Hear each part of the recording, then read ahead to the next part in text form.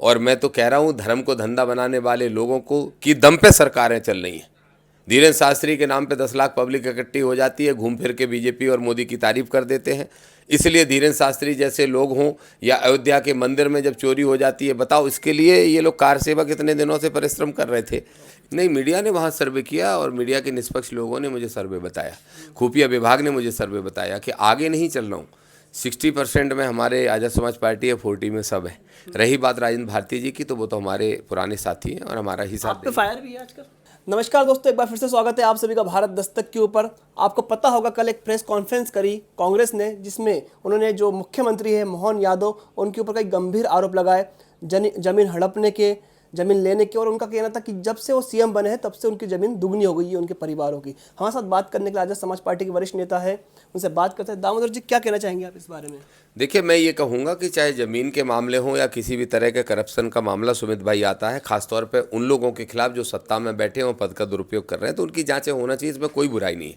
लेकिन मैं ये मानता हूँ कि इसमें भ्रष्टाचार का मामला कम और षड्यंत्र ज़्यादा है, राजनीतिक षड्यंत्र। मोहन यादव पिछड़ा वर्ग के हैं और बड़े पद पे बैठे हैं, सरकार के मुखिया हैं, और उनके नीचे जो काम कर रहे हैं, जो कि पिछड़ा वर्ग से नहीं आते हैं और बहुत सीनियर नेता कहलाते थे, उन सबको मोहन यादव हजम नहीं हो रहे। तो वो सारे लोग मिलकर मोहन यादव के खिलाफ षड्यंत्र कर रहे हैं। और मैं समझता हूं कि अगर मोहन यादव जांच करा लें, और या फिर मैंने जो राष्ट्रपति जी को चिट्ठी लिखी है और ये हमने मांग की है कि आप एक कमेटी बनाएं जिसको कोई उच्च न्यायालय के रिटायर्ड जज जो हों उनसे आप जांच कमेटी बनवाएं, उनकी अध्यक्षता में, और जांच करवाएं, तो आप पाएंगे कि 2008 से लेकर आज तक जितने भी मध्य प्रदेश में मुख्यमंत्री बने हैं, कैबिनेट मंत्री बने हैं, सबकी जांचें हो जाएं। मोहन यादव से 100 गुना ज़्यादा पैसा निकलेगा इन लोगों के पास। तो आपका कहना क्या है कि वो पिछड़े वर्ग से आते हैं मुख्यमंत्री, तो ये बात लोगों को पच नहीं रही है, इसलिए उनके खिलाफ षड्यंत्र रचा जा रहा है? निश्चित रूप से। देखिए, ऐसा है, भारतीय जनता पार्टी कितनी भी पिछड़ों की, दलितों की, आदिवासियों की बात करती रहे, लेकिन इनके फेवर में तो कभी रहती नहीं है। हाँ, अब हम लोग जागरूक हो गए। मान्यवर साहब कांसीराम जी ने, बाबा साहब ने जो प्रयास किए थे, और अभी भाई आदरणीय चंद्रशेखर आज़ाद जी करें या हम जैसे लोग करें, उसके कारण हमारे लोग जागरूक हो गए, हमारे मतदाता जागरूक हो गए। तो अब इनको मजबूरी में हमारे वर्ग का कोई आदमी उठा के एक चेहरा आगे करना पड़ता है, तो इनकी मजबूरी हो गई है। लेकिन उनको हजम तो नहीं होता। अगर मोहन यादव पावर में दिखाई दें तो कैसे नरोत्तम मिश्रा और कैलाश विजयवर्गीय को हजम होगा? इसलिए ये लोग टारगेट करने का काम। इससे पहले शिवराज सिंह चौहान, बाबूलाल गौर, उमा भारती भी रहे हैं, पिछड़े वर्ग के मुख्यमंत्री रहे हैं, पिछड़ों के कई नेता रहे, लेकिन उन पर भी ऐसे गंभीर आरोप लगे नहीं। देखिए, उमा भारती जी को तो ये झेल ही नहीं सकते थे, क्योंकि वो बिल्कुल फायर ब्रांड नेता थी, और मैं उनका सम्मान करता हूँ, मेरी बड़ी बहन है और हमेशा रहेंगी। तो उनको 6 महीने में ही हटा दिया, क्योंकि दिल्ली दरबार की बात वो कम सुनती थी। उनके बाद जब बाबूलाल गौर साहब को बनाए तो उनको कोई पावर उन्होंने नहीं दिया था। गौर साहब सिर्फ नाम के मुख्यमंत्री आदरणीय गौर साहब को रखा इन लोगों ने, और सरकार चलाने का काम संगठन में बैठे उच्च तथा कथित उच्च जाति के लोगों ने किया, पूरी सरकार को चलाने का काम। उसके बाद जब शिवराज जी आए तो शिवराज जी को भी हटाने के लिए एक नहीं 10 षड्यंत्र किए गए, ढेर तरह के उनके खिलाफ आरोप भी लगे, लेकिन वो अच्छे खिलाड़ी बन गए थे। तो जब भी कोई बाउंसर आती थी तो उस पर भी 6 मार देते थे, अच्छे प्लेयर बन गए थे शिवराज सिंह चौहान। अगर मोहन यादव भी ऐसे प्लेयर हुए हैं कि नहीं, अब उनका टेस्टिंग पीरियड है, चालू हो गया है। लेकिन ये बात बिल्कुल सत्य है कि इतनी सी जमीन का मामला, 168 एकड़, अरे कुछ भी नहीं है भाई। डेवलपमेंट तो उन्होंने एक देखिए, इसमें 2 चीज़ें होती हैं सुमित भाई। सत्ता में बैठे हुए आदमी को पता चल जाता है कि डेवलपमेंट किस एरिया में होने वाला है। अगर वो समझदारी से वहाँ ज़मीन परचेज कर लेता है तो इसमें कोई अपराध नहीं है। लेकिन लेकिन लेकिन लेकिन एक चीज़ और इसमें होती है कि जहाँ आपकी ज़मीन है आप वहाँ डेवलपमेंट को लेके जाते हो। जैसे दतिया में हुआ है, दतिया का कलेक्टेड 8 किलोमीटर दूर है दतिया शहर से, 8 किलोमीटर दूर। गांव से आने वाले लोग ऑटो में जाते हैं तो 200 रुपये तो आने और जाने में खर्च होते हैं, और वो कलेक्टेड उस जगह बनाया नरोत्तम मिश्रा ने जहां नरोत्तम मिश्रा की कईयों एकड़ जमीन उनके परिवार की थी। वो शुद्ध करप्शन है, उसकी जांच होना चाहिए। नरोत्तम मिश्रा का तो टिकट काट देना चाहिए फिर इस आधार पर बीजेपी को। तो मैं मोहन यादव की वकालत नहीं कर सकता यादव होने के नाते। मैं कह रहा हूं जिसने भी गलत किया उसकी जांच हो, उसके खिलाफ कार्रवाई हो। लेकिन जैसे कांग्रेस में मीनाक्षी नटराजन का पर्चा रिजेक्ट करवाया गया, इसी तरीके से उन्हीं की पार्टी के लोगों के द्वारा, ऐसे ही अब बीजेपी में नरोत्तम मोहन यादव को हटाने के लिए घर का भेदी लंका ढाए। घर का भेदी लंका ढाए। कौन लग रहा है आपको, कौन हो सकता है उनके खिलाफ षड्यंत्र रचने वाला? एक्चुअली भारतीय जनता पार्टी में घर ही नहीं है ना दलितों का, पिछड़ों का। ये गलत घर मान के बैठे हैं, किराएदार हैं। इनकी हैसियत इनको पता चल रही है कि किराएदार हैं। घर के मालिक कौन है? वही है नागपुर से हाफ चड्डा जो चलते हैं, वही अखिलेश है। यादव जी का भी एक बयान आया है, इनके समर्थन में आया है लगभग। उनका कहना है कि ऐसे तो योगी जी की भी जो जमीन है वो 300 एकड़ बड़ी है, मुख्यमंत्री बनने के बाद उसकी जांच क्यों नहीं हो रही?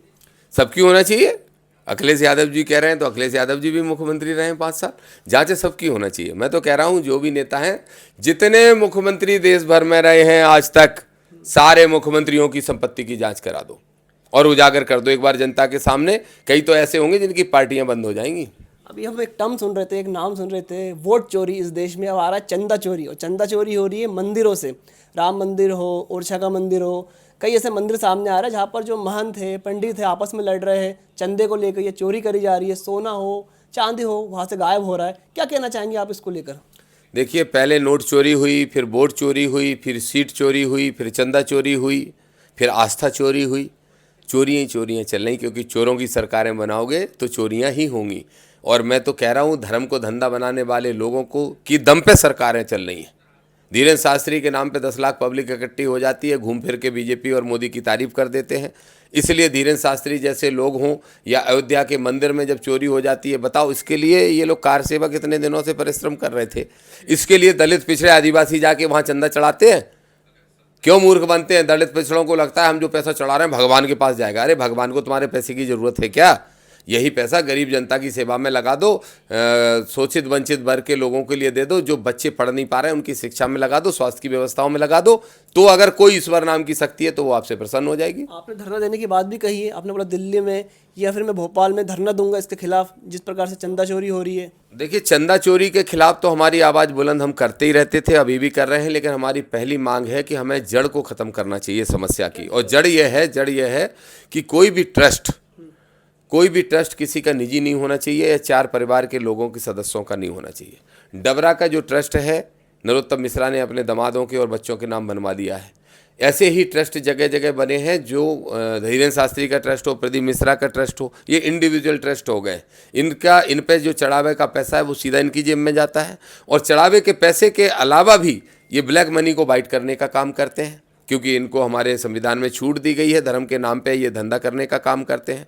तो इसलिए हमने मांग की है कि पूरे देश में जितने भी मंदिर हैं, जितने भी ऐसे ट्रस्ट हैं जिनका करोड़ों के रूप में चढ़ावा आता है, उन सारे ट्रस्टों को सरकारी संपत्ति घोषित कर दिया जाए और सरकार के पास वो पैसा जाए जो चढ़ावे के रूप में आता है, और सरकार उसको जनहित में खर्च करे। इसके लिए धरना देने वाले हैं। अभी आपने बिहार का एक मामला देखा होगा, भरत तिवारी का, जो सामाजिक सेवक अपने आप को बताता था। अभी एक एनकाउंटर में उनकी मृत्यु हो गई है। लेकिन इसमें लोग 2 धड़े में बटे हुए दिखाई दे रहे हैं। कई लोग उनको भगत सिंह बता रहे हैं, कई क्रांतिकारी बता रहे हैं, कई कह रहे थे कि उन्होंने अपराध किया, पहले भी कई अपराध कर चुके थे, और पुलिस पे गोली चलाना, कहाँ का कौन सा भगत सिंह होता जो इस प्रकार से चीज़ें करे। आपका क्या कहना पूरे मामले में? पहली चीज़ तो मैं उस नौजवान के बारे में कुछ जानता नहीं, तो इसलिए उसमें मैं ज़्यादा कमेंट तो नहीं करूँगा। लेकिन मैं हाँ ये ज़रूर कहूँगा, ब्राह्मण भाइयों से ज़रूर कहूँगा कि तुम्हारे इनकाउंटर यूपी में भी होते हैं, बिहार में भी होते हैं। तुम ही इस पार्टी को संरक्षित करते हो, संचालित करते हो। देख लो तुम्हारी पार्टी कहाँ है, तुम्हारी सरकारें कहाँ हैं, कौन सी गलतफहमी में जी रहे हो। अब तुम्हारी ना पार्टियां बची ना तुम्हारी सरकारें बची। मेरा सवाल आपसे एक और रहेगा, इसी आप जानते नहीं है, ठीक है, लेकिन जब किसी इस अपर कास्ट व्यक्ति का एनकाउंटर होता है तो एक लहर दिखाई देती है, लोग उसको भगत सिंह, क्रांतिकारी बताने लगते हैं। वही किसी मुस्लिम वर्ग के व्यक्ति का एनकाउंटर हो जाए, या दलित पिछड़े का एनकाउंटर हो जाए, तो लोग उसको दंगाई बता देंगे। मुस्लिम व्यक्ति होगा तो उसको बिना जाने उसके बारे में उसको आतंकवादी घोषित कर देंगे। मीडिया भी घोषित कर देती है। देखिए, मीडिया तो है ही उन लोगों की जो बड़े जो हाउसेज हैं, जो जितने भी बड़े हाउसेज हैं, उन हाउसेज के जो मालिक हैं, मीडिया हाउसेज के, वो लोग किस मानसिकता के, किस विचारधारा के हैं, इसका भी टेस्ट राष्ट्रपति को कराना चाहिए। इसका भी कराना चाहिए। ये देखना जरूर चाहिए कि नीचे काम करने वाले जो मीडिया के ईमानदार कर्मी हैं, वो अपनी सेवाएं देते हैं, अपना समय देते हैं, अपनी ऊर्जा लगाते हैं, लेकिन उसके बाद भी वो निष्पक्ष न्यूज़ को ले जाके दिखवाने में अक्षम हो जाते हैं, क्योंकि मीडिया निष्पक्ष नहीं रह गई है। मीडिया के हाउसेज जो मालिक हैं वो नहीं रह गए।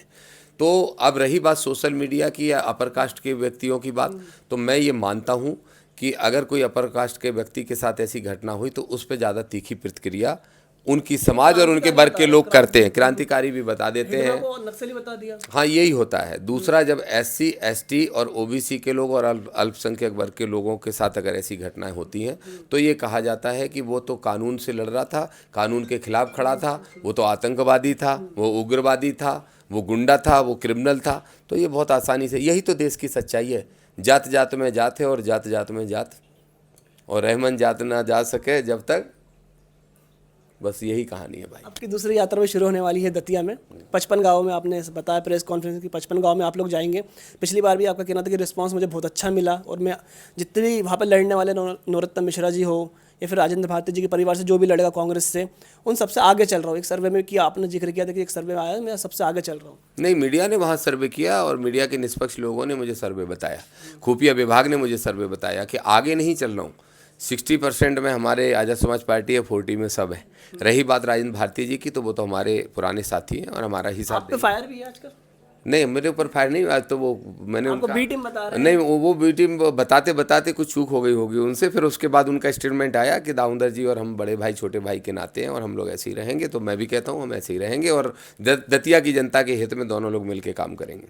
दतिया में चुनाव होंगे या नहीं होंगे आगे देखेंगे, लेकिन इतना है कि 28 में चुनाव जरूर होंगे। तो आज़ाद समाज पार्टी, आप राष्ट्रीय कोर कमेटी मेंबर भी है, कितनी सीटों पर लड़ने जा रही है या फिर कोई गठबंधन के चांसेस है? देखिए, गठबंधन तो उनसे किया जाता है जो ईमानदारी से सत्ताधारी दल से लड़ रहे हों। कांग्रेस तो लड़ ही नहीं रही है, लड़ने में सक्षम ही नहीं है। तीसरा मोर्चा की जरूरत नहीं है, हमारा ही तो, हमारी पार्टी ही तीसरा मोर्चा है, हमारी पार्टी ही सब कुछ है। अच्छा, कोई और मोर्चा है कहाँ? मध्य प्रदेश में भाजपा और कांग्रेस जो ए टीम और बी टीम हैं, उनके अलावा अगर कोई मुकाबला कर रहा है तो सिर्फ हमारी आज़ाद समाज पार्टी भीम आर्मी के कार्यकर्ता कर रहे हैं। हम लोग लड़ेंगे पूरी ताकत से, हम भाजपा को हराएंगे। सर, अभी यूनिफॉर्म सिविल कोड यूसीसी की बात बहुत चर्चा में है। ये बिल आने भी वाला है। मध्य प्रदेश के मुख्यमंत्री मोहन यादव जी ने घोषणा करी कि हम आने वाले विधानसभा सत्र में ये बिल लाएंगे और हम इसे पारित कर इसे मध्य प्रदेश में लागू भी करेंगे।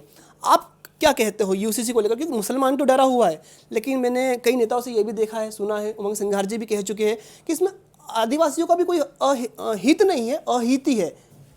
देखिए, भारतीय जनता पार्टी चाहे यूसीसी लाए, चाहे कोई भी इस तरीके के बिल लाए, उसमें शोषित, वंचित और दबके गरीब और कमज़ोर वर्ग का कभी कुछ हित होता नहीं है। और अगर कोई बिल ऐसे आते हैं जिसमें वो अल्पसंख्यक वर्ग के लोगों को टारगेट कर सकते हैं तो वो कोई मौका छोड़ते नहीं हैं। तो ऐसे किसी भी बिल के हम समर्थन में नहीं है जो भारतीय जनता पार्टी बहुत अच्छा दिखा के लाने का नौटंकी कर सकती है। लेकिन सच बात यह है कि वो कोई बिल ऐसा नहीं लाएंगे जिससे इस देश की 90% आबादी को उनका हक मिल सके, इसलिए मैं उसके खिलाफ हूँ। कि जब भाजपा से इस बारे में पूछा जाता है यूनिफॉर्म सिविल कोड के बारे में, तो बाबा साहब का नाम आगे कर देते कि बाबा साहब ने संविधान में इसका प्रावधान किया है। बाबा साहब कहते थे कि एक कानून हो, एक देश हो, सबको समान अधिकार हो, इसीलिए हम ये बिल ला रहे हैं। तो बाबा साहब के विचारों पे काम कर रहे हैं। देखिए, बाबा साहब गैर बराबरी को समाप्त करने के उद्देश्य से ये बात बोलते थे। और बाबा साहब ने जब संविधान लिखा तो उन्होंने स्पष्ट कहा भी था एक अपनी स्पीच में कि ये संविधान में हमने वो सारी चीज़ें लिखी हैं जो आपके हित में हैं, लेकिन ये तभी हो पाएगा जब अच्छे हाथों में रहेगा। और अगर ये अच्छे हाथों में नहीं रहा तो फिर यही संविधान आपके लिए बुरा हो जाएगा।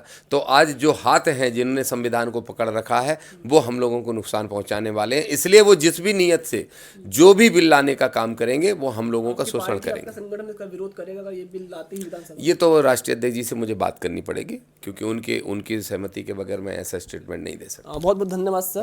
Thank you. तो हमारे साथ थे दामोदर यादव जी, जो लगातार इनका कहना है कि दतिया में होने वाले उपचुनाव में जीतेगी केवल आज़ाद समाज पार्टी, और इनका संगठन जिस प्रकार से लगातार काम कर रहा है ये बिल्कुल निश्चित है इस बात को लेकर।